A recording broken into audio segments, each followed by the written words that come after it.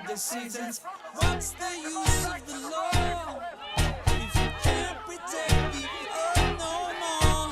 What's the use of the law if you can't protect the earth no more? Why, you make me wanna cry, cry, cry. Why, you make me wanna cry, cry, cry. Take a look at our direction, we're losing that connection. Politician, take you for a ride. Policeman standing on the wrong side. Working for a dirty corporation. There is no salvation. You're flesh and blood, you're not a machine. Do you know what I mean? My name is Tim Beatley, and I'm a professor at the University of Virginia, where I teach urban and environmental planning.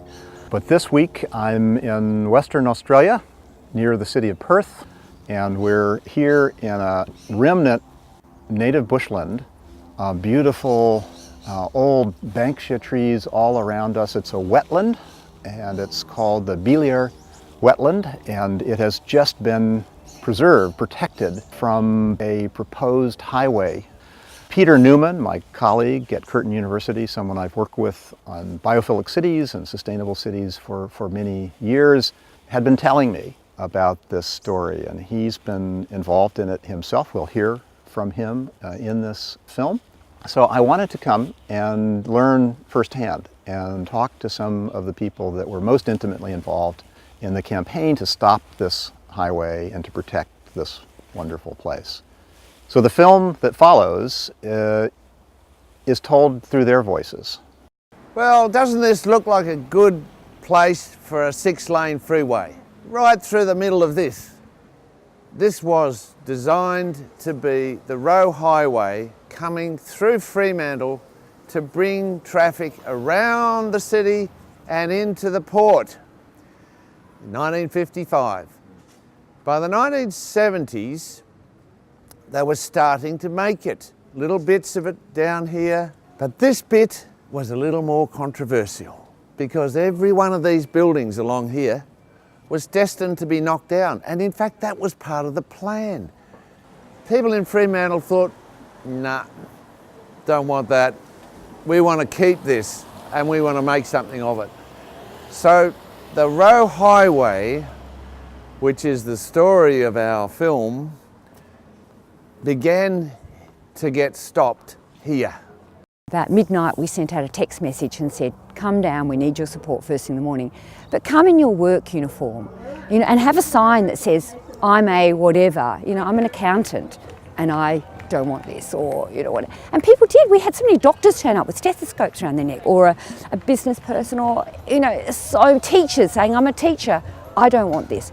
But the ones who said, no, I'm willing to be arrested for this, this is too important. We had something like 213 people arrested, especially the day here when we had 2,000 people come. They were obviously just picking off who they thought were the leaders, just dragging them out and arresting them, But everyone else just stepped up and stepped up and stepped up.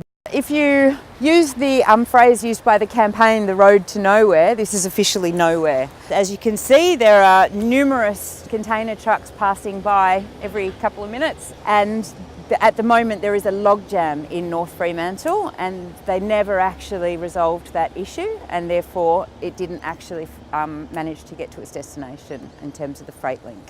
One of our songlines, one of our ancient dreaming trails. Our people are buried along it. A lot of people were born along it, lived their complete lives travelling around in a 6-season cycle. We had some mean-spirited people that were in the political game. They were hell-bent on destroying it, and they did that knowing full well that they would be going into an area where it was political suicide. It seems to me that the story is of the environments that we're protecting, places like this, and how essential they are to living in a city. Another part of the story here is what the future will hold. There is a wonderful bushland corridor. These lands will be a key part of that. The wetlands to the waves strategy, contiguous block of land or habitat. So I can imagine green tentacles forming in the future. A future where a black cockatoo, red-tailed black cockatoo, or a Carnaby's cockatoo might be looking down, flying through and over these beautiful forests, but not one disconnected from people, but rather occupied by humans who care for and connect with this remarkable environment.